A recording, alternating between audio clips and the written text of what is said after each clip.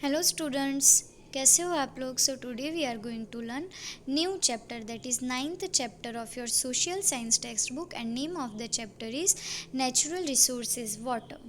हम लोग नया चैप्टर पढ़ेंगे आपके सोशल साइंस टेक्स्ट बुक से।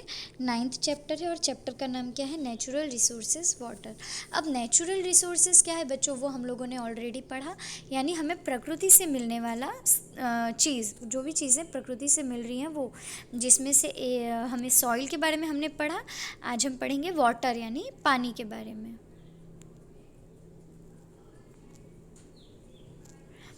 We all know that life is impossible. हम सबको पता है कि पानी के बिना जीवन संभव नहीं है, पानी के बिना जीवन नहीं हो सकता।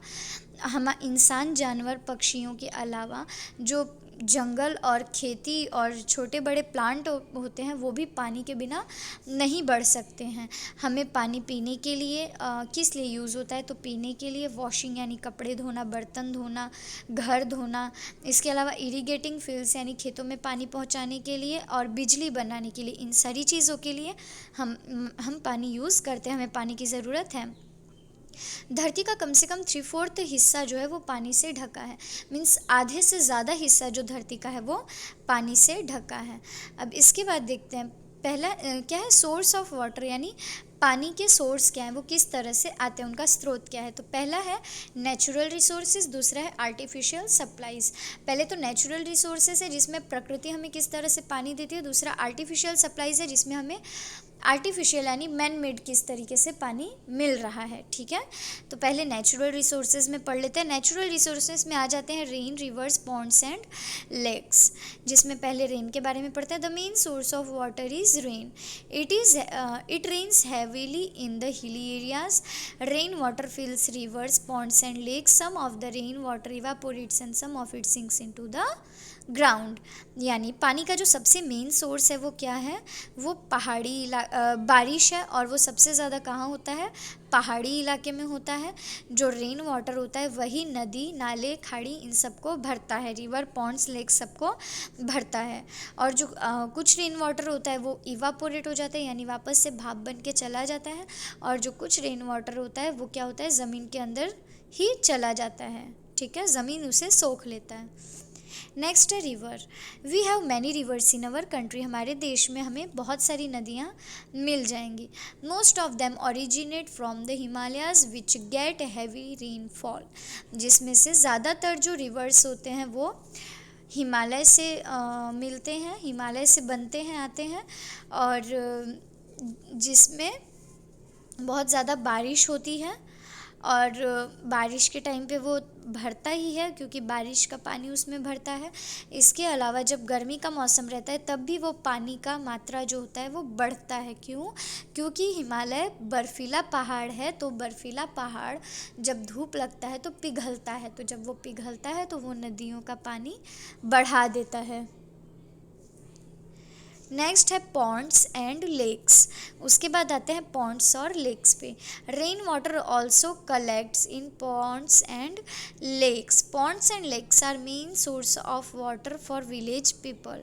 जो रेन वाटर होता है वो पॉन्ड्स और लेक्स में भी कलेक्ट होते हैं, और ये मेन सोर्स है किसका, गांव के लोगों का पानी यूज़ होता है यहाँ से।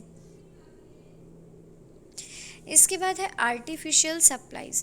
ये हम नेचुरल तरीका पढ़े किस तरह से पानी मिलता है हमें। अब आर्टिफिशियल में जाते हैं। We also get water from artificial supplies to fulfil our various needs. हमें आर्टिफिशियल सप्लाई भी मिलता है हमारी ज़रूरतों को पूरा करने के लिए पानी के, जिसमें से पहला है हैंड पम्प्स एंड वेल्स, यानी हैंड पंप और कुआँ। You have read that rain water also sink into the ground. To get this underground water, we use hand pumps, wells and tube wells. हमने ऑलरेडी अभी थोड़ी देर पहले पढ़े कि जो पानी होते हैं बारिश के वो ज़मीन सोख लेता है, जिसका मतलब है कि वो पानी ज़मीन में एब्जॉर्ब हो जाता है, वो ज़मीन ले लेता है। तो वो जो ज़मीन के अंदर पानी है उसे निकालने के लिए हैंड पंप, वेल या ट्यूबवेल लगता है, यूज़ होता है। कैनल्स। कैनल्स क्या होते हैं, तो कैनल्स एक्चुअली रिवर जो होता है, नदी, उनका छोटा सा हिस्सा दूसरे जगह पे उस पानी से जाता है। और कैनल जो होता है ये मेनली इरिगेशन के लिए बना होता है, मतलब खेत के लिए ये कैनल्स मेनली बनाया जाता है, छोटे छोटे पानियों के नहर। फिर आते हैं डैम पे। अब डैम क्या होता है, तो डैम बड़ी बड़ी नदियों के पास बनाया जाता है। क्यों? पानी सेव करके रखने के लिए। और इसके अलावा जो डैम में पानी स्टोर होता है वो उस पानी को यूज़ करके इलेक्ट्रिसिटी यानी बिजली बनाया जाता है। डैम आप लोग को पता होगा, डैम आपको सिलवासा में भी देखने को मिल जाता है, मधुबन डैम। मधुबन में यानी हमारे स्कूल के ही कुछ दूर पर एक डैम है, तो वहाँ पे भी सेम चीज़ें होती है, वो वाटर सेव करके रखता है और इलेक्ट्रिसिटी प्रोड्यूस करता है। और डैम के पानी से जो इलेक्ट्रिसिटी बनता है उसे हाइड्रो इलेक्ट्रिसिटी के नाम से जाना जाता है। Dams also help to control floods. जो डैम होते हैं वो बाढ़ रोकने के लिए भी यूज़फुल होते हैं। Dams help us in many ways. Dams जो होता है वो हमें बहुत तरीके से हेल्प करते हैं, इसलिए उसे मल्टीपर्पज़ प्रोजेक्ट के नाम से भी जाना जाता है। अब वो हमें मल्टीपर्पज़ प्रोजेक्ट यानी हमें कैसे बहुत सारी तरह से हेल्प करते हैं, तो पहले तो वो पानी सेव करके रखते हैं, दूसरा हमें बाढ़ से बचाते हैं क्योंकि वो ज़्यादा पानी जो एक्स्ट्रा रहता है उसे अपने में ले लेते हैं। और इसके अलावा उस पानी से इलेक्ट्रिसिटी बनता है जो कि वो भी हमारे यूज़ होता है।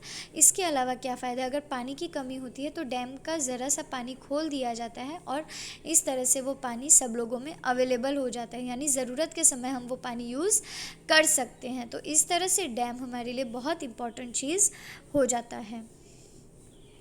हमारे जो पहले प्राइम मिनिस्टर थे जवाहरलाल नेहरू, वो इस प्रोजेक्ट को क्या बोलते थे, टेम्पल्स ऑफ मॉडर्न इंडिया। अब कुछ डैम हैं उनके बारे में बताया गया है कि वो कौन से रिवर पे बने हैं और किस स्टेट में हैं, जिसमें से पहला है भाखरा नांगल प्रोजेक्ट, यानी भाखरा नांगल डैम है जो कि सतलेज रिवर पे बना है और ये रिवर कहाँ है, हिमाचल प्रदेश में।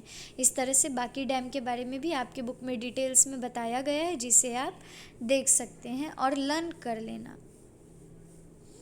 इसके बाद नेक्स्ट आते हैं वाटर फॉर इरिगेशन। इरिगेशन यानी खेती के लिए यूज़ होने वाला पानी। हमारा देश ऐसा है जिसमें हमारा देश मानसून कंट्री भी है, इसके अलावा उसमें हर तरह का कहते हैं कि मौसम इंडिया में मिल जाता है, वरना कुछ कंट्रीज़ ऐसे होते हैं जहाँ या तो ज़्यादा ठंडी होता है या तो गर्मी ज़्यादा होता है। बट हमारे इंडिया में हर मौसम बराबर बराबर टाइम पे बराबर बराबर मात्रा में हमें मिल जाता है।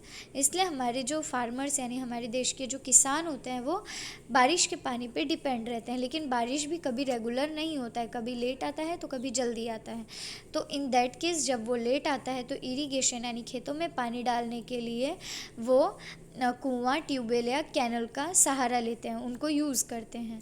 और we can also find tanks for irrigation. Tamil Nadu और आंध्र प्रदेश, कर्नाटका में हमें इरीगेशन यानी खेतों के लिए पानी की टंकी भी मिल जाया करती है। The people build tanks and collect water during the rainy season. और वो जो टैंक होता है उसमें रेनी सीजन का पानी रहता है। This water is then used for irrigation during the dry season. और जो ये पानी है ये इरीगेशन के लिए सूखे मौसम में यूज़ हो जाता है। वेल ट्यूबवेल उत्तर प्रदेश, हरियाणा, पंजाब, राजस्थान और गुजरात में यूज़ होता है। और इंडिया के नॉर्थ पार्ट में जो है वहाँ कैनल ज़्यादा यूज़ होता है क्योंकि वहाँ नदियाँ भी ज़्यादा होती हैं। अब आते हैं ड्रिंकिंग वाटर, लास्ट टॉपिक है। ड्रिंकिंग पानी जो पीते हैं हम वो क्लीन होना चाहिए। अगर वो क्लीन नहीं होगा, वो साफ़ पानी नहीं होगा तो क्या होगा, हम बीमार हो सकते हैं। तो गांव में पीपल यानी लोग कुआं या हैंडपंप का पानी लेके पी लेते हैं, लेकिन टाउन शहरों में लोग नल का पानी पीते हैं। अब वो जो नल हम खोलते हैं वो हमारे घर तक आने के लिए एक बहुत बड़ा सफ़र तय करता है। इसका मतलब है कि वो एक बहुत लंबे रास्ते से होके हमारे पास, बहुत लंबे प्रोसेस के बाद हमारे पास आता है वो पानी। वो वाटर वर्क्स डिपार्टमेंट में जाता है और वहाँ पे एक लंबा चौड़ा प्रोसेस होता है जिसे बहुत ही शॉर्ट में आपके बुक में बताया गया है कि उसे क्लीन किया जाता है और पीने के लिए सेफ़ यानी सुरक्षित बनाया जाता है और उसके बाद उसे हमारे घर की तरफ छोड़ दिया जाता है। तो जब हम नल खोलते हैं तो हमें वो क्लीन वाटर, सेफ़ वाटर मिलता है पीने के लिए। सो चैप्टर कंप्लीटेड। यहाँ तक समझ में आया बच्चों? इसके अलावा जो हम रेन वाटर कलेक्ट करते हैं हमारे घर के छत पे, टैंक में या ग्राउंड में ड्रेनेज पाइप के थ्रू, तो उसे हम क्या कहते हैं, उसे हम रेन हार्वेस्टिंग कहते हैं। रेन हार्वेस्टिंग क्या होता है, बारिश के पानी को बचाना किसी भी तरह से। अब इस चैप्टर में क्या क्या पढ़ा हमने वो देख लेते हैं हम। इस धरती का कम से कम 3/4 हिस्सा जो है यानी 3/4 पार्ट जो है वो पानी से ढका है, जिसका मतलब है कि बहुत ही कम ज़मीन है, और अगर कंपेयर करो तो वो आधे से ज़्यादा पार्ट पानी में ही धरती का है। Rain is the main source of water, बारिश मेन सोर्स है यहाँ पे पानी का। Most of the reverse in India originate from the Himalayas, बहुत सारी जो नदियाँ होती हैं इंडिया की वो हिमालय नदी से आती हैं। डैम को मल्टीपर्पज़ प्रोजेक्ट भी कहा जाता है, क्यों, क्योंकि वो हमें बहुत तरीके से यानी मल्टीपर्पज़ यानी बहुत से कामों में हेल्पफुल होते हैं, हेल्प करते हैं। और लास्ट है कि drinking water should be clean, जो पानी हम पीते हैं वो हमेशा क्लीन होना चाहिए, साफ़ सुथरा होना चाहिए, पीने लायक होना चाहिए, जिससे कि हम बीमार ना हों। So understand the chapter, how was it? अच्छा चैप्टर था ना, इंटरेस्टिंग भी था, सबको समझ में आया? Thank you.